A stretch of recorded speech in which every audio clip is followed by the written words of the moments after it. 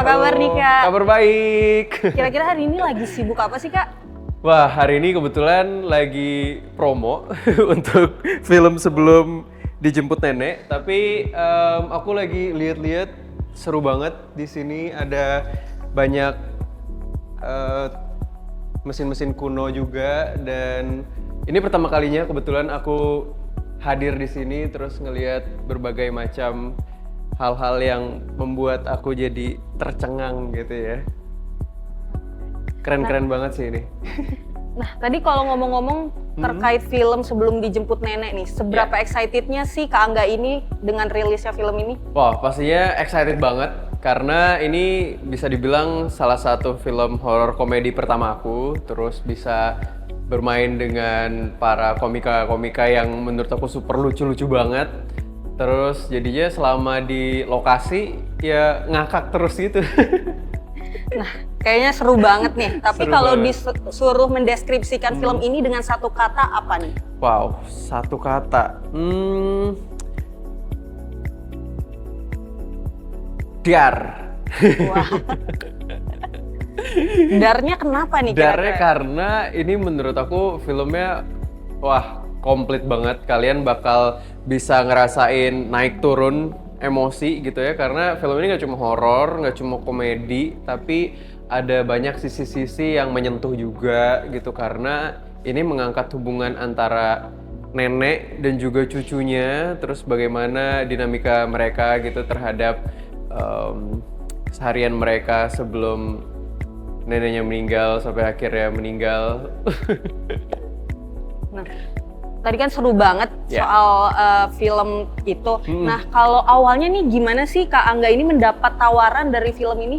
Wah, tawarannya pertama kali itu hadir dari Mas Fajar. Kebetulan Mas Fajar adalah seorang direkturnya, dan aku dihubungin waktu itu karena dia memiliki cerita yang sangat menarik tentang saudara kembar yang bernama Hestu dan Akbar. Kebetulan aku Hestu dan Akbar adalah Dodit Mulyanto. Jadi kita berdua adalah saudara kembar. Terus tapi aku besar di Jakarta dan bekerja di Jakarta, sedangkan Akbar adalah orang yang stay di desa untuk bisa selalu nemenin nenek gitu. Jadi di saat aku udah gede, hubungan aku dengan keluarga itu agak sedikit ya menjauh gitu ya, sampai akhirnya aku bilang aku nggak bakal balik lagi setelah sekian lama, dan bakal balik kalau misalnya nenek aku udah meninggal gitu. Tapi ternyata ya itu omongan yang sangat sangat kasar tapi terjadi, dan akhirnya setelah neneknya meninggal itu yang cukup mencengangkan sih, karena ternyata neneknya itu meninggal di waktu keramat gitu. Jadi ada mitos di desa kalau misalnya meninggalnya di tanggal 6, bulan 6, jam 6, orang yang meninggal itu akan mencari satu orang untuk menemaninya ke alam baka. Dan itu yang menimpa kita, dan gimana hubungan aku dengan saudara kembar aku, kira-kira siapa yang akan menemani nenek di alam baka, itu bakal kalian bisa lihat setelah nonton filmnya gitu. Jadi sinopsisnya menurut aku udah sangat menarik, terus ditambah pemain-pemainnya yang luar biasa banget, dan ini ya pertama kalinya aku main film horor komedi gitu. Jadi langsung aja aku tak berpikir lama, aku bilang oke, aku ingin join di film ini bersama dengan teman-teman semua. Nah, tapi first impression Kak Angga ini saat pertama kali ngebaca naskah yang dikasih ini apa sih Kak? First impressionnya pastinya lucu banget gitu ya, karena aku langsung ngebayangin kira-kira gimana hubungan aku dengan Mas Dodit gitu ya, karena aku dari dulu sering banget ngelihat stand up-nya Mas Dodit, terus pengen banget ngelihat secara langsung kira-kira bisa semenggelitik apa gitu ya. Tapi setelah aku ketemu pertama kali udah bener-bener lucu banget orangnya gitu. Jadi aku sangat enjoy banget bisa ada di sini bareng sama teman-teman semua gitu. Jadi ini momen yang menurut aku sangat aku syukuri sih. Kak Angga kan biasanya gabung dalam sebuah film nih. Ya. Apa hal yang menjadi pertimbangan seorang Angga Yunanda? Ceritakah, karakter, atau tantangan? Pastinya dari cerita dulu. Habis cerita pastinya direkturnya siapa. Karena kebetulan aku entah kenapa selalu berjodoh dengan banyak sekali director yang debut atau mungkin filmnya itu baru pertama atau kedua gitu. Jadi ini film pertamanya Mas Fajar, film panjang pertamanya beliau, dan aku dikasih kesempatan untuk bisa sama-sama ya menjelajah bareng sama beliau, dan aku ngerasa setiap debut director itu pasti punya apa ya, kayak semangat yang berbeda gitu. Mungkin karena emang passionnya di situ, terus ini adalah pengalaman yang pastinya baru banget gitu ya untuk bisa mendirect film pertama. Jadi aku ngerasa ini momen yang sangat aku tunggu-tunggu gitu ya, menjelang syutingnya itu pastinya deg-degan gitu ya, tapi entah kenapa setelah day one sampai syutingnya selesai semuanya kayak enjoy banget gitu, karena mungkin kita udah kayak berasa keluarga.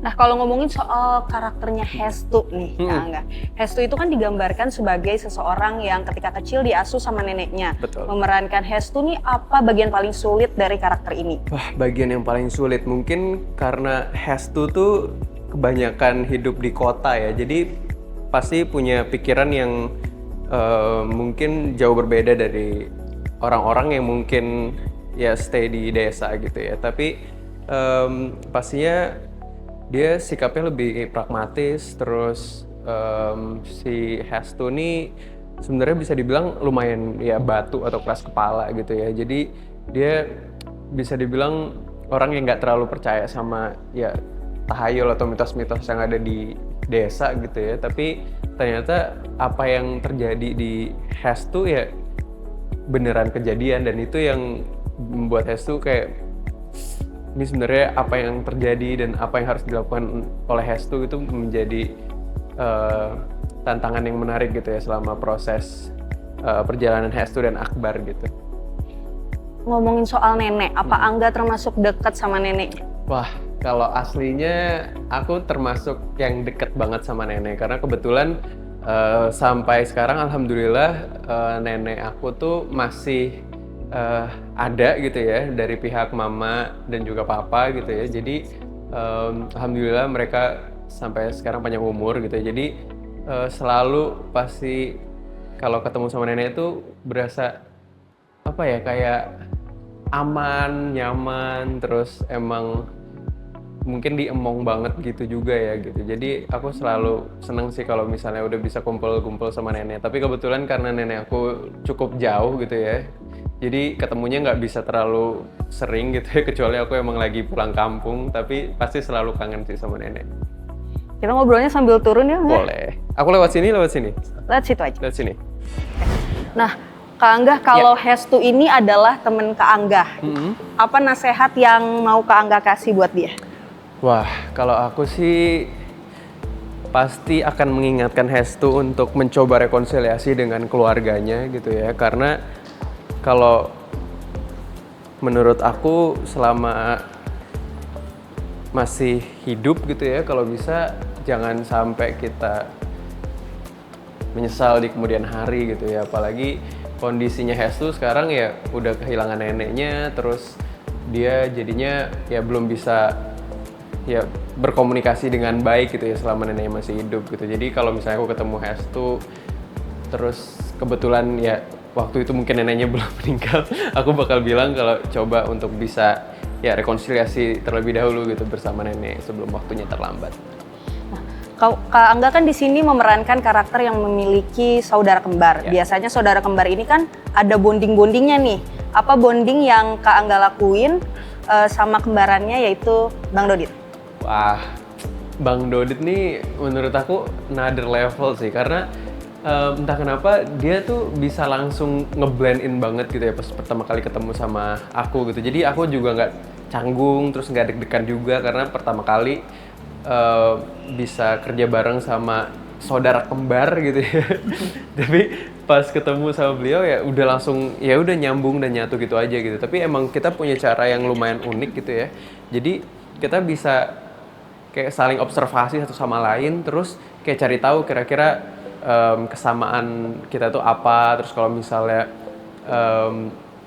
kita mulai latihan kayak nyamain mulai dari kayak gerak tubuh atau apa gitu sampai kayak intonasi dan lain-lain gitu. Jadi pas syuting berlangsung jadinya kayak udah secara tidak sadar kita selalu bukan selalu sih, kayak banyak melakukan hal-hal yang terlihat mirip gitu di layar, dan itu yang menurut aku lucu dan keren sih. Oke. Dalam film tuh ada kepercayaan meninggal pada Sabtu Wage bulan 6 tanggal 6 jam 6 sampai dengan roh gentayangan. Kak Angga sendiri pernah gak sih mendengar hal tersebut sebelumnya?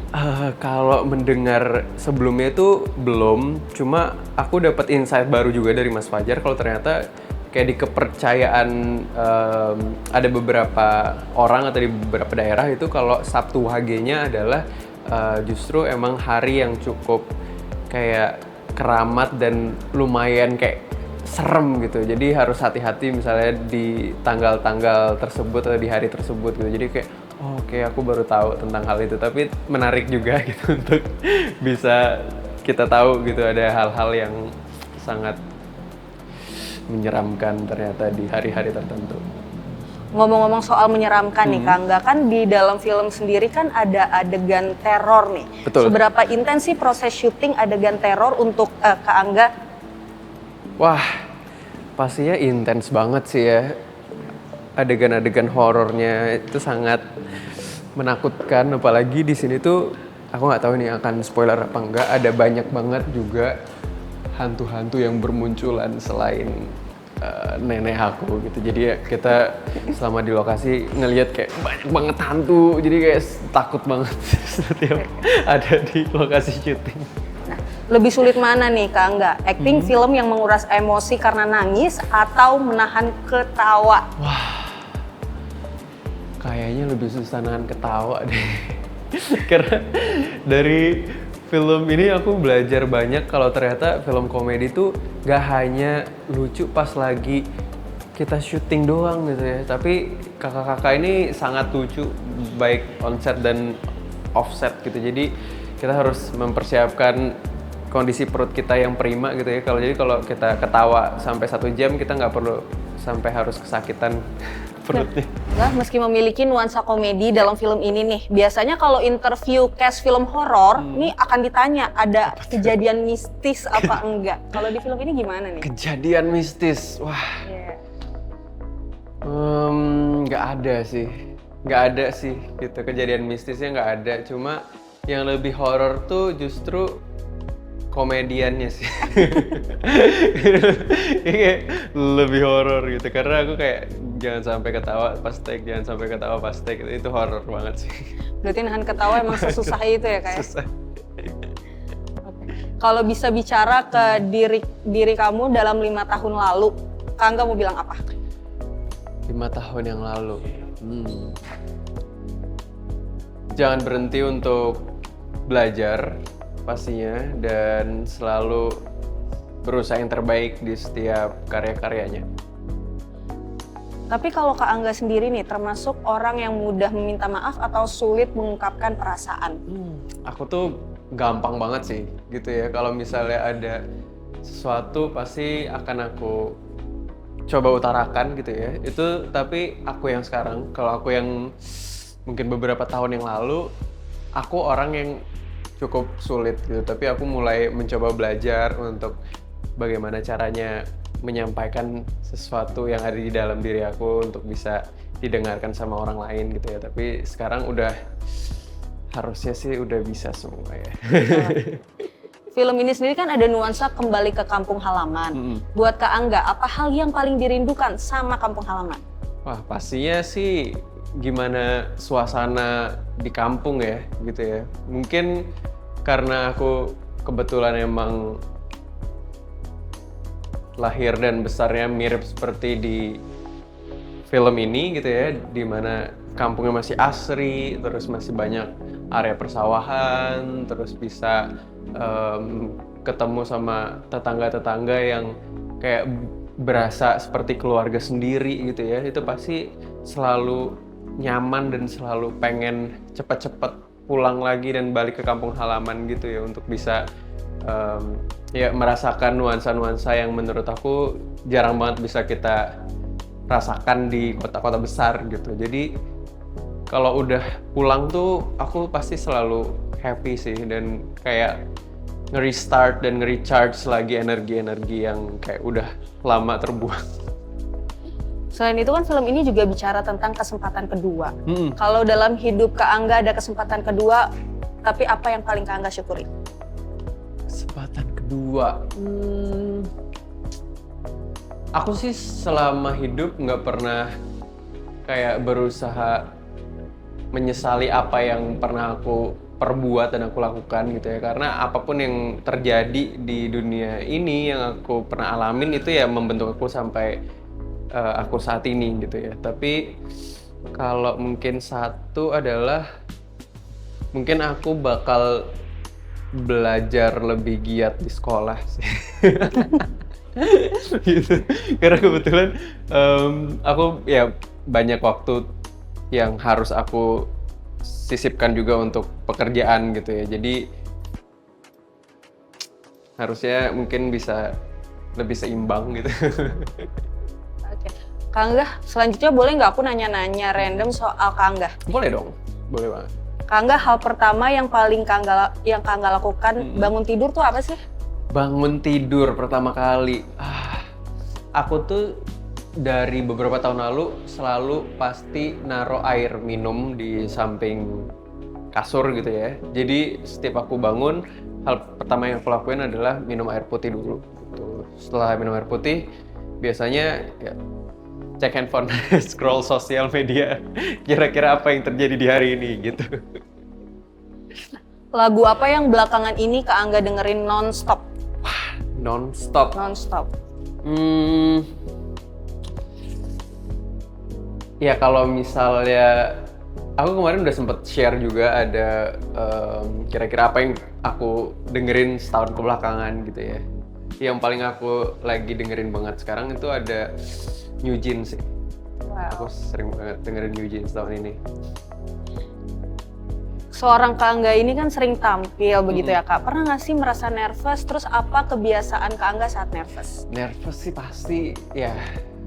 Semua orang kayaknya pernah gitu ya. Dan aku sampai sekarang pun pasti kadang-kadang selalu ngerasa nervous juga di mungkin hari-hari yang menurut aku sangat bikin deg-degan dan mungkin berat gitu ya. Tapi yang aku lakukan adalah biasanya ya coba take a deep breath gitu ya. Kayak atur nafas, terus mencoba untuk bisa bersikap lebih tenang gitu ya. Menurut aku itu salah satu cara yang bisa membantu sih. Kak Angga, ada nggak sih aktor atau aktris yang paling Kak Angga pengen banget untuk ajak kerja bareng? Ajak kerja bareng. Kayaknya ini aku udah bilang sering banget gitu ya. Ibu Christine Hakim sih. Aku sangat mengidolakan beliau dan semoga aja di masa depan aku bisa satu frame bersama Ibu Christine Hakim. Seorang Angga Yunanda, ada nggak sih bakat tersembunyinya? Apa ya? Bisa main suling kali. Mungkin orang belum terlalu banyak tahu. Oke, Kak Angga, aku mau ngajak Kak Angga main games jawab cepat. Oke, boleh. Nah, nanti aku ada pilihan dua, Kak Angga pilih salah satu. Oke, siap. Kota atau desa? Desa. Jajan atau masak sendiri? Masak sendiri. Nggak tahu, walaupun nggak bisa masak sendiri sih. Berarti jajan aja deh. Oke. Begadang atau bangun pagi? Bangun pagi. Kucing atau anjing? Kucing. Dengerin musik atau podcast? Dengerin musik. Pantai atau gunung? Pantai. Horor atau komedi? Komedi. Horor. Nggak bisa pilih dua-duanya. Tapi sekarang komedi. Telepon atau chat? Chat. Kalau lagi santai, lebih milih tidur siang atau nonton film? Nonton film. Nah, selanjutnya makanan jadul yang jadi favorit Kak Angga apa sih Kak? Aku suka banget klepon. Oke. Nah kalau lagi ke desa, ada Desa ada sawah. Banyak ya sawah. Apa satu kata yang terlintas ketika mendengar kata nenek? Nenek, sayang. Nah Kak Angga, apa sih harapan terbesar dari Kak Angga untuk film Sebelum Dijemput Nenek? Pastinya semoga bisa menjadi tontonan yang menarik dan juga bisa melepaskan stres-stres kalian gitu ya setelah kepenatan di tempat kerja atau sekolah atau di lingkungan manapun gitu, karena menurut aku ini horor komedi yang sangat menghibur, terus bisa juga bikin kalian tegang-tegang dikit tapi juga banyak harunya gitu. Jadi ini film yang pas banget ditonton di awal tahun 2026 untuk bisa membuka tahun kalian dengan lebih ceria. Satu pesan untuk penonton yang akan menyaksikan film ini di bioskop. Pastinya semoga hubungan kita bersama orang-orang terkasih dan tersayang selalu dalam keadaan yang baik-baik saja gitu ya, karena setiap waktu bersama dengan orang-orang tersayang adalah waktu yang paling penting. Jangan sampai kalian menyesalinya di saat yang sudah terlambat. Dan menurut aku ini film yang gak cuma lucu tapi juga menghangatkan juga. Tadi aku dibisikin katanya Kak Angga udah dijemput dan harus cabut nih. Dijemput Boleh sama dong siapa? Kak Angga ajak Sobat Antara buat nonton. Ya, buat teman-teman Sobat Antara semua jangan lupa saksikan Sebelum Dijemput Nenek mulai tanggal 22 Januari 2026 di bioskop. Bye-bye Kak Angga. See